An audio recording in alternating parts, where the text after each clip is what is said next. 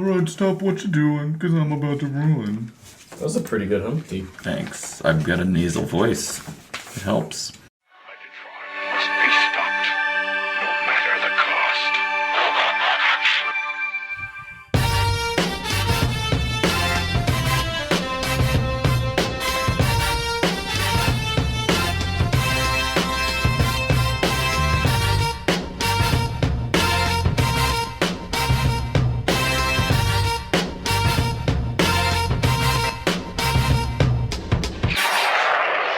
Cybertron! Hello, ladies and gentlemen, and welcome to the Autopod Decepticast. This is your weekly podcast that delivers a minute-by-minute breakdown of the 1986 Transformers movie, and this is the sexiest of all episodes, number 69, baby. 69, dude! Where we're going to be covering the 1 hour, 8 minute, and 1 second mark to the 1 hour, 9 minute mark. And this is your host, Aaron. I captain this little enterprise, but this ship don't fly without the Spock and bones of this operation. Damn it, Aaron. You're just going to take... I'm a podcaster, not a doctor. Good stuff. I tried. Fascinating. I'm Ryan, by the way. This worked out really well. The reason I went down this path was, I don't know if I sent you guys a text about that, but since you never commented on it, I was wondering if you ever clicked through on this, that IDW is mashing up Transformers and Star Trek. I remember this link. No, I don't think I've seen this. Check it out. It's they're basically taking the cartoon universe, which I believe was... that you would say canonically connected to the television series. Yeah. I mean, there were characters in the cartoon that you never saw on the television series, like this tiger woman thing. One of your ex-girlfriends got me the whole animated run on DVD. That was probably at my suggestion. 100%. But anyway, these comic covers look very cool. They look very homage-y to the G1 that we all know and love. To the point where there's one with the Energon axe. Energon axe, but they have the one difference is they've got a character that was not invented until modern IDW times, and that is Windblade, but she appears to be drawn in the G1 style. But the covers so far are very cool, and actually there's a cover that's weird. we haven't seen yet. I don't know how I feel about this. Why not? I don't like mashups, really. I mean, G.I. Joe and Transformers make sense, but I don't know what either Transformers or Star Trek could bring to each other's universe that would be in an interesting way. It's an odd mashup. Thank you. I'm trying to find the other cover. Maybe this is the main thing we're looking for here. You can kind of two separate covers. So you and can the see Klingons are on the Decepticons side? Yeah, you can see that, the Klingons and Decepticons have teamed up. Let's see here. The synopsis is... The series will begin in the Star Trek universe when the USS Enterprise answers a distress call on the edge of Klingon space, only to find a dilithium mine under attack from 20th century era jets and helicopters. When a certain red truck shows up to lend a hand, however, Kirk and the crew discover that there's more than meets the eye to their new vehicular friends and foes. That comes from Gizmodo. All right, well, I'm going to look at it. I'll check it out. I think I'm going to take a pass. I know that there's some people very excited about this, but I don't. Without seeing it, obviously, I'm sure it's fine. It's just not for me. It just seems like a stretch. Fuck, this is the opposite of what I expected to happen when I shared this information with you. Yeah, I thought your fucking balls were I shouldn't think you... gooey white. You are really bad juice. at predicting what our reactions to anything will be. True. It's like I don't know These you. things should not belong together. It's fine. Like anything can be for anybody. That's fine. It's just not for me. I would only be into it if all of a sudden the Enterprise transformed into a robot. That would be really cool. See? Actually, There we go. All right. I mean, maybe not, but it did have a knee jerk. Like, oh, that's neat. So when I Google the phrase Enterprise Transformer, this is Of course a thing it that exists. Oh, I'm sure they do. Spock Prime. The Trekformers, Yeah. more than the Final Front. That's just pushing it. That's just hard. More than the Final Frontier. All right, well, let's transition right off this topic into our last episode recap. Yeah. So last time we saw that the Autobot crewed Quintessonian ship takes off side by side with its Junkonian counterpart, or would you say Junkion counterpart? Whatever. Sure. To face off against Unicron. Galvatron stands up to Unicron and throws down some gangsta-ass threats, but Unicron calls Galvy's bluff and kicks off what appears to be some sort of transformation sequence? Question mark? Absolutely. What would it be like if they had added the Transformer sound to Unicron transforming? Just really long, Yeah. 1 minute, Or just over and over again. slow, Yeah, just over and over again. That would have been god or awful. slowed it down to where...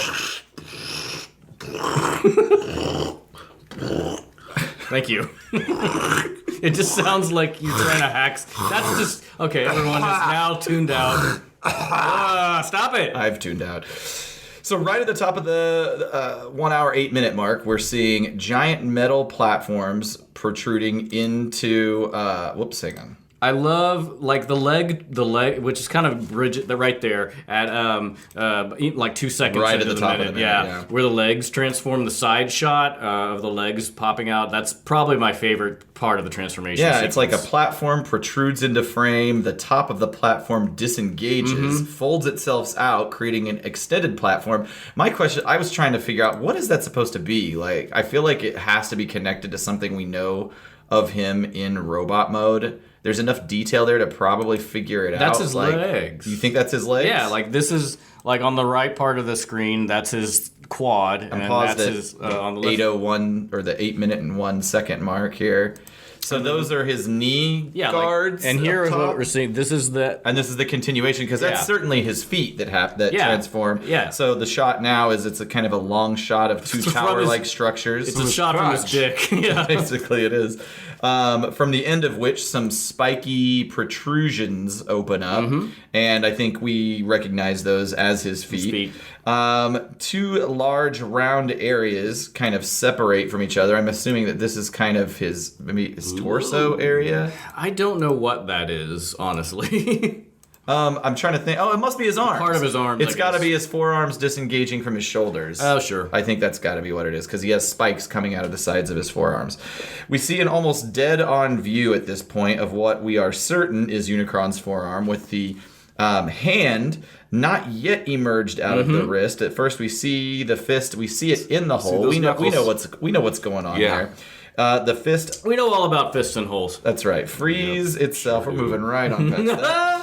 The fist frees itself from the forearm. I always loved this part. The way the hand comes out. Oh, it's so out of cool. the wrist hole, and it just kind of flexes and opens up and just looks amazing. Not only is it a cool like shot, like illustration wise, but it just feels like that's definitely how that would transform because there are transformers that do that Right.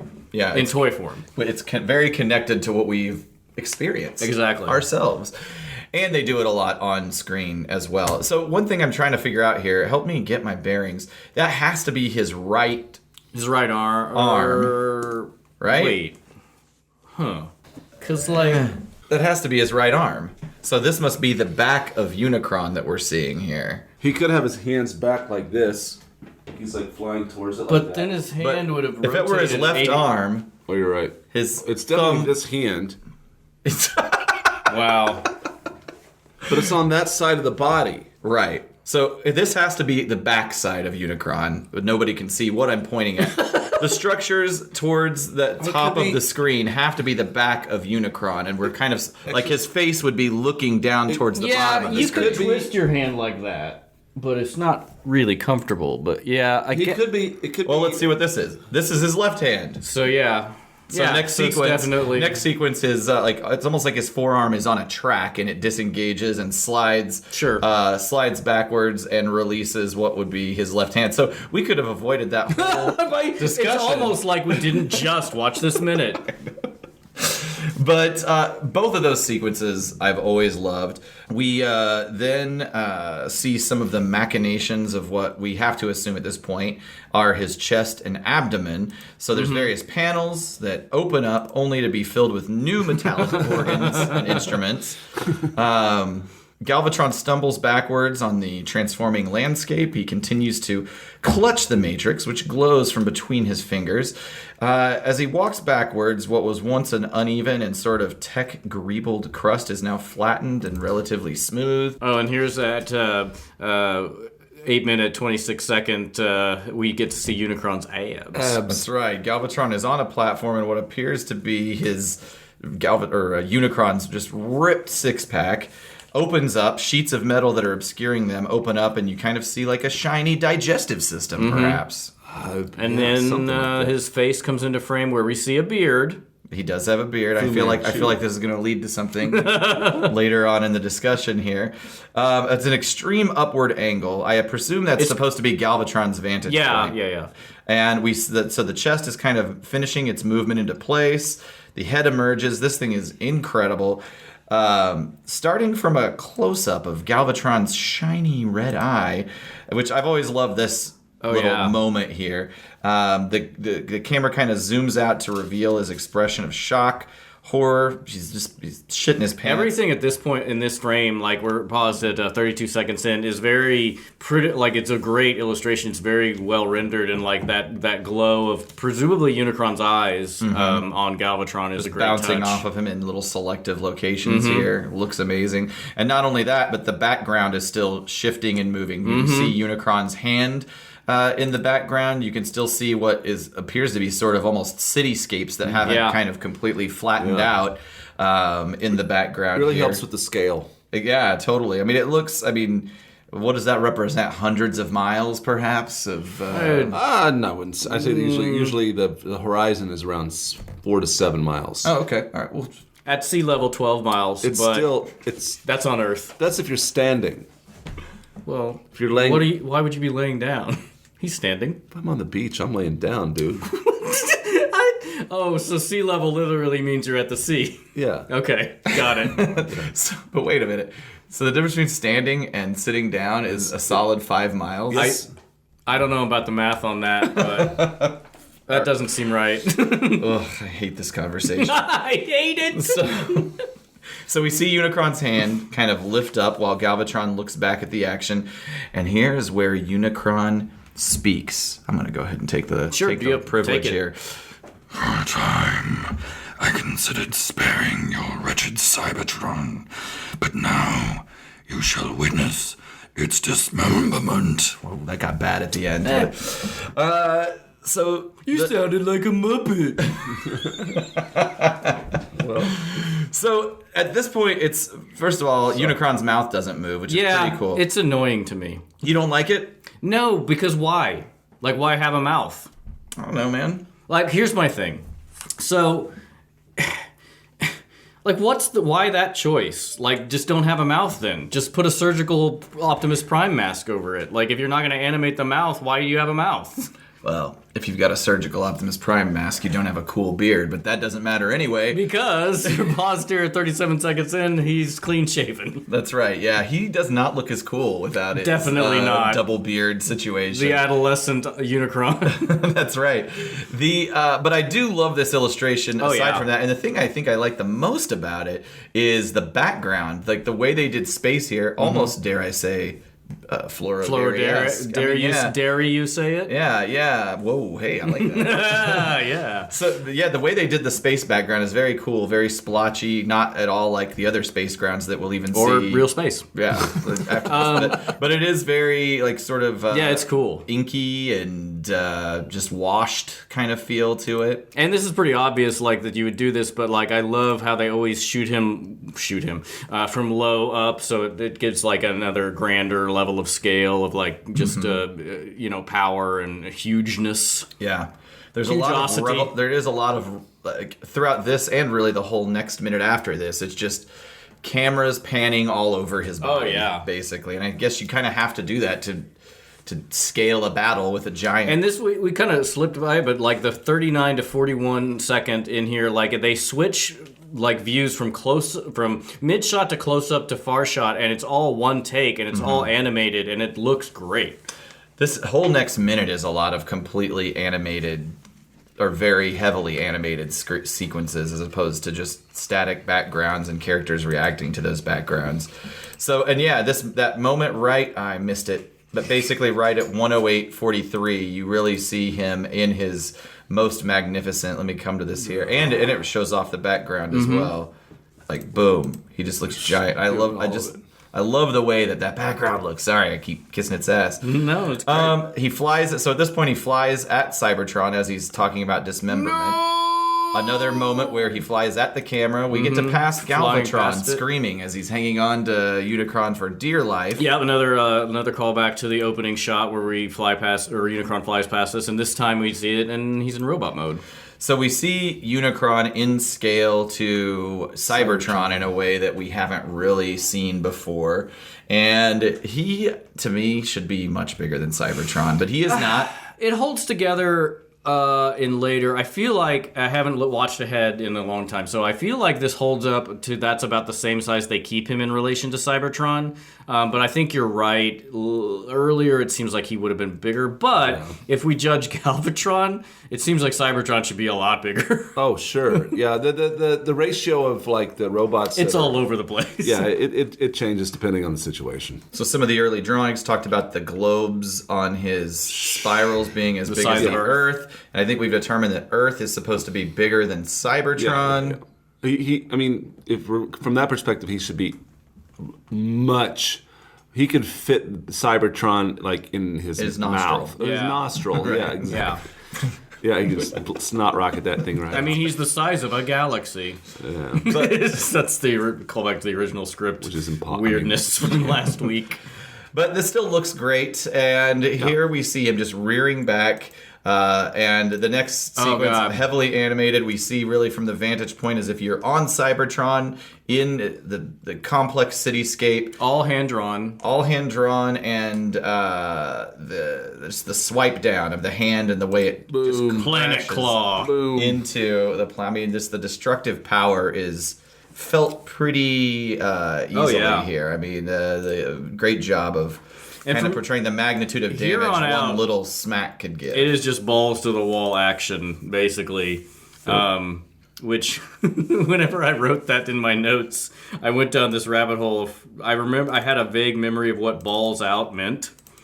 Do you know what balls out means? Like, or the origin of balls out? It doesn't have to do with like putting your testicles outside of your pants. No, it's not dirty at all. Okay, what does it mean? It refers to the spinning balls on a steam engine. The governor, you know what I'm talking about? Yes, actually, that's weird. That was just mentioned in a book I'm reading. Yeah, that's what it means. Because like the faster, or the more steam and more power that the engine creates, the faster those spin, and the centrifugal forces force the balls out because it's a valve that regulates steam pressure, and so the farther out they go, the more power is being. That was one of the first mechanical automatic regulators ever invented. Yeah, I mean, your dad worked for the railroad. Yeah, by the Probably not steam engines. he worked with some old guys. He started in the early '70s, and they had phased out steam by that point for normal use. It was all electro diesel, but he worked with some old guys that still worked on those, and he said that it was a different class of guys that they instead of doing certain kind of metal fabrication, these guys were literally these were just giant steam boilers and stuff, and there was just a lot of hammering and beating on these things back into place involved with those. Life is so fucking hard. Sounds so dangerous. At this point, the shot changes to the inside, within the attack zone of the city. We see our lonely friend Shockwave. Who is it? Yay. Caleb's favorite. Yeah. Shockwave. He's reacting to the dangers. Yeah. Decepticons were under attack. Yeah. Scramble! No shit, Shockwave. And at this point, we see dozens of Decepticons running on platforms. Maybe I'm just thinking of the Decepticons I know. I just don't feel like they look very good. Obviously, it's a second of the movie, so it doesn't matter. Yeah, but they look like pretender shells to me. Right, it's like looking at the Autobots on Autobot City. Yeah, it's true. It's nitpicky. These do not look like. One thing I do like is the little shuttle that goes through the tube, like the Jetsons. I don't think that's Jetsons, but it has a Decepticon symbol on it. Yeah, these people do too. Right there, yeah. So some of these characters look developed. Like obviously these are just throwaway. These aren't assigned to any character, right? Mm-hmm. Caleb may not know that, but these are just generic. I wasn't trying to like know. diss It you. was I'm just saying you may think that this character we're looking at paused right at technically the into the next 109 minute. Sure. minute mark is a real character because I feel like he looks well designed. He looks good. purposeful. He doesn't look as generic as For the others. as he is. For the record, you don't know any more about that character than I do at this point. But he knows that he doesn't know. Well, nobody knows. I know that's No, not a real character. That's what I'm saying. I'm pretty sure that that's not a real character. Yeah, you're pretty sure, but Now you're you not know for that. sure. Now you know it. Now that we talked Let's about beat it him up. already. Fuck you guys. And that brings us to the end of this minute here. So I have Also, though, like, there weren't enough real Decepticons to animate. Like, you got plenty to draw from. I don't know that they did though. There were way more I guess Autobots this than Decepticons. But it was simultaneous. Maybe. In revisiting this movie, I forget just how little, especially later on in the movie, they refer to existing characters. Like they just completely Yeah. pretty much do away with them. Yeah, and in their next minute, do away with 3 of them. Yeah. So anywho, Well, just for example, this shelf here represents the entirety of the Decepticon lineup, and it actually has more than the Decepticon. I will say it's the same because I don't have an Astro Train. There's not a Masterpiece Astro Train yet. Of the That's season 1 and surprising. 2 I lineup. know, yeah. So in its place, we have Octane, who technically didn't come around until season 3. That's the entire 1986 or up to the movie Decepticon lineup, and then yet above that we have the Autobots, and below that we have all the Autobots. So there's easily double right. the Autobots as there are Decepticons. And I'm missing a Cliff Jumper. The Cliff Jumper's not. He'll be here next week. He's finally out. X-Transbots. I've Toro. seen the pictures on Twitter of people like excited They're about getting it. excited. Doesn't he come with that cannon? He does come with the cannon. Yeah. He also comes with the sled. I don't remember that from the I television vaguely show. recall that, but I might be manufacturing that memory. But the point is, there wasn't a lot of Decepticons that were really developed, and there's I guess really that's even right. fewer. Well, and actually, I'm not counting. There's also combiners, but there's technically just as many Autobot combiners as there is Decepticon combiners, True. with the exception of Devastator. Devastator didn't really have a combiner matchup, but the Dinobots were Right. made to compete with. It is interesting how all the combiners had an analog in the opposite faction. Right. We're cars. We're planes. We're different. Which is the fucking weirdest matchup of like, hey, what can we do to fight the Stunticons? I don't know, build planes. That makes sense. I like the idea that the Decepticons thought just because they built Decepticons that were cars that they could really that was the key to fucking up the Autobots. Wait, what didn't Starscream, what was the combiner Starscream created? That Bruticus. Was Bruticus, yeah. Mm-hmm. Yeah, to compete with Megatron. Yep. Bruticus, right here. There he And is. the individual guys. That's Unique Toys Ragnaros. That's an awkward name. Yeah. Ragnarok. So that brings us to the end of the minute, and I will not force us to have the Unicron scale discussion for the 19th time. Sure. Yeah. I will say, remember how many Decepticons we see running here? That'll come into play later, something I want to talk about. Okay. So should we move right on into?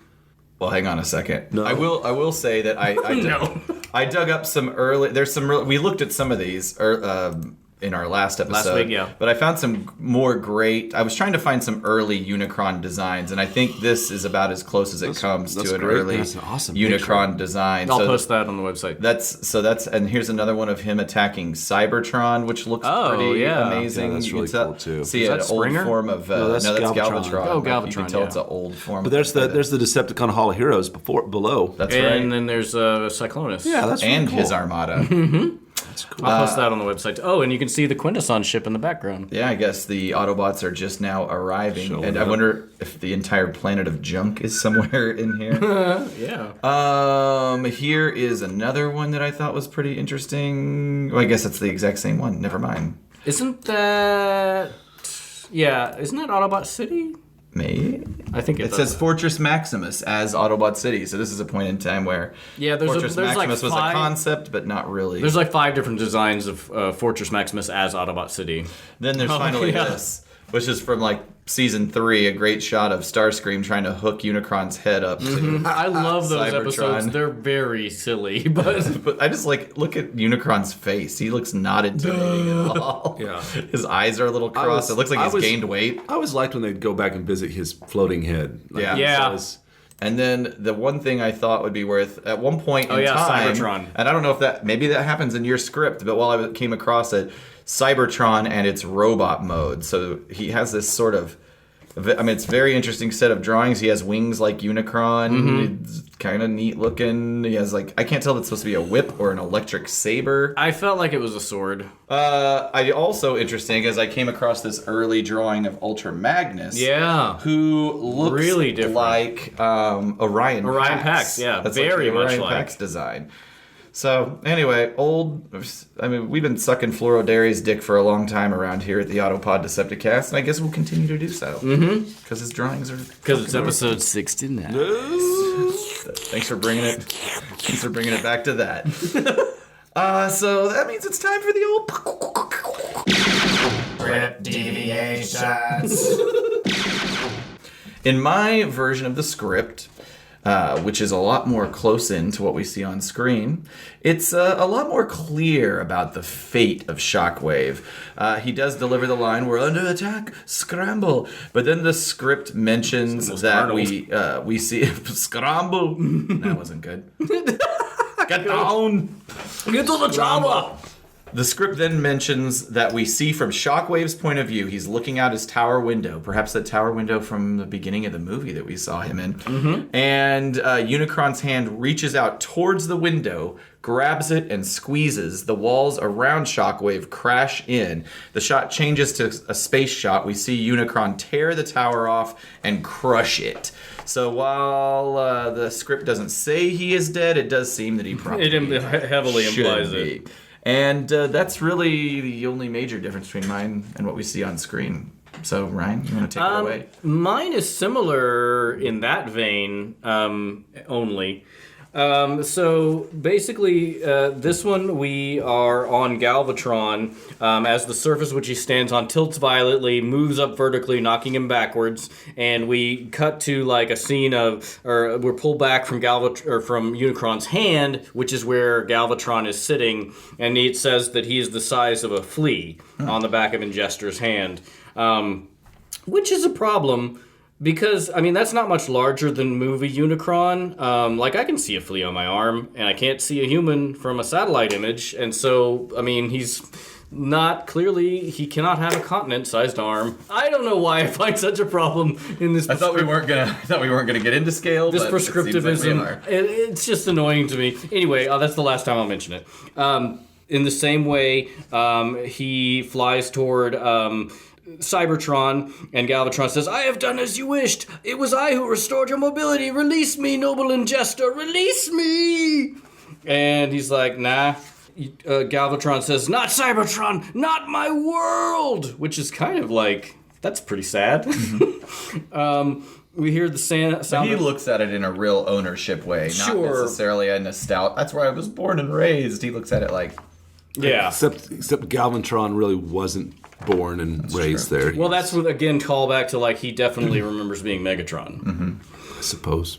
And then we cut to Cybertron where Shockwave says, "Unprecedented life form approaching." unprecedented? Yeah, unprecedented. "Prepare to repel unknown invader." Sirens and alarms sound as other Decepticons start preparing weapons, transforming to jet modes. Enormous shadow blots out the light, and Shockwave and others look off in horror, ad-libbing reactions of disbelief and shock. Investor flies into shot, then laughing, reaches down on the surface of Cybertron, dwarfing the planet by his immensity, as Ingestor's huge hand reaches down, scraping buildings and weapons apart aside, oblivious to bursts of laser fire and cluster bombs which explode helplessly on his fingers. Ingestor, more energy, more. And that's what we'll stop for this minute. Excellent. I like where this is going. The next one's pretty interesting, too. In my next one, there's actually a remaining reference to this idea of Ingestor as getting energy from fire. Yeah, it's all through this one. They keep maintaining that. Yeah. Gotcha. There's a little vestigial bit of that But we'll get to it next time. It seems like in this one, basically any energy that he is hit with, like, he consumes in the same way that Galvatron last episode. Galvatron planted that bomb, and it bored to the core of Unicron, but he just absorbed the energy. It seems like that's what they're going for in this, is that he just ingested anything you throw at him, he consumes. Loves it. All right. So, okay, we can... I'm the ghost of the iconic moment. You know. What's your iconic moment, Caleb Carter? Let Let me put an image on for you. the scene where the Decepticons are running across the bridges. Yeah, that scene where you don't even know who those Decepticons are. Him slamming his hands down on Cybertron. That's a pretty good one. Yeah. You know? That was awesome. Boom. Shake, shake, shake the room. Boom. Yeah, that's mine. What about yours, Aaron? I just put seeing Shockwave again. Yes. It was nice to see a familiar face for a moment. It's true. But that's the last time we'll see him. And Aaron's like, that's what you should have said, Caleb. Yeah. Expectations. Well, we just traded places. Yeah. I like that movie. Crisscross. I'll make you jump. You kill my mother, I'll kill your wife. Erwin! Welcome to Reference Corner. Ryan, what's your iconic moment? I'm gonna have to put like just a ditto on the hand slamming into Cybertron. I would have said the rest of the transformation of Unicron, but that part where he hits Cybertron is so like not only animated in a really amazing way and like you feel it viscerally, but like the idea that now this planet where these characters that you've come to know and love come from is, you know, seriously being attacked is pretty interesting. Like I'd like to see Unicron being like spanking Cybertron, like, oh yeah. because he's fucking it. I said spanking it. That doesn't mean he's actually. I think fucking if you're it. spanking something, you have to be fucking it, unless really? it's a child, Oh, okay. which I'm not for corporal punishment. So spanking only for sex. So you guys would say that scene had a lot of impact? Sorry. When you talked about spanking Cybertron, it also made me think of that Dave Chappelle sketch where he fights Godzilla and then fucks a volcano. Oh yeah. I forgot about that. All right, well, Next time on the Autopod Decepticast. guys, the attack is on. It's Decepticons versus Unicron. It's Galvatron versus Unicron. Galvatron becomes a Tappa. We have the unceremonious deaths of some more Decepticons, and we're going to reprise a little Stan Bush, people. This is sure to be an episode the likes yeah. of which you've never seen before. Except you've all seen Or it before. seen many times. Can you singularize Tappa? Tappas? Yes, Tappa. Is Tappa a singular ring of Tappas? This is I'm a Tappa. going to lunch for a Tappa because I only want one small plate. Or is it just a single thing from a Tappas? Like, I'll just have one deviled egg. Spanish listeners, Chime in. Yes, please. I don't know if we've had any hits from Spain. let's look into this. I will. Let's check the geography. Autopod Globocast. I do like the geography function, even though it's like, yeah. What else you got? What else you got, Twiz? Listen to the show, iTunes, Stitcher, Google Play, and TuneIn. Follow us on our social media, Twitter, Facebook, and Instagram. All of them at APodDcast, and the web presence at AutopodDecepticast.com. We'll have even more Flora Dairy.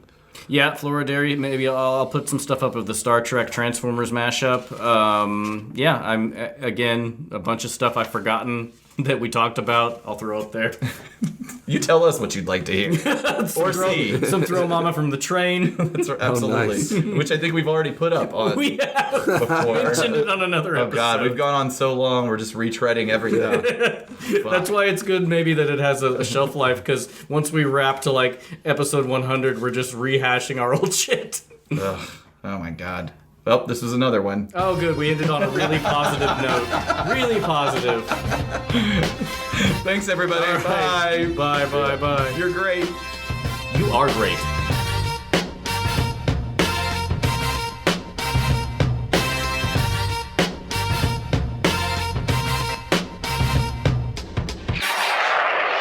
Cybertron!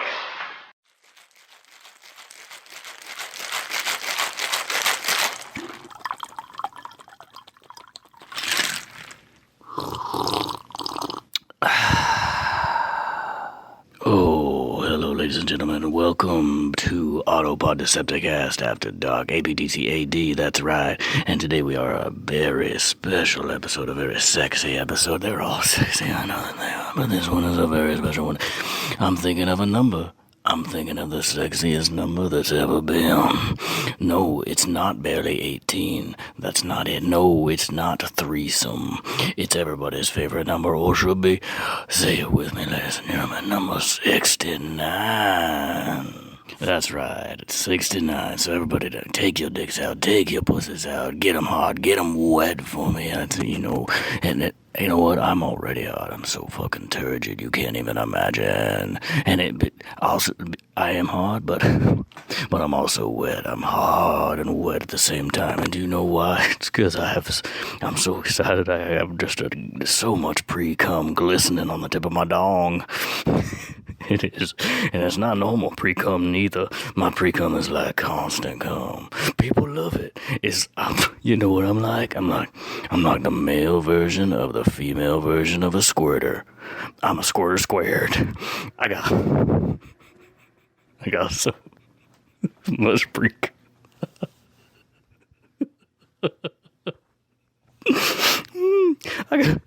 I got pre-cum. I got post-cum. I once had a sideways cum, ladies and gentlemen. And it was all over a group of nuns that were taking a tour of this cemetery. Did all the nuns get pregnant? Well, I tell you, no, they did not. And then let me tell you why, ladies and gentlemen. And this is not a tightly guarded secret. This is something you should all know about me because it makes it so much more sexy. I have been fixed, ladies and gentlemen. That's right, your host. With the most, he has had his tubes cut, which means that I can no longer make the babies. And basically, all the semen just gets dumped into my bloodstream. And you know what happens then? My body consumes it. It eats all my sperms. Just... What was I talking about? Oh, man, so sexy. 69 is the most musical, magical thing you could do with another person. Sit on their face. Let them sit on your face. You can do it sideways, in case anybody's afraid of that. And you can just like make a little yang. 69, motherfuckers. Do it. And get your tubes fixed. Oh, yeah.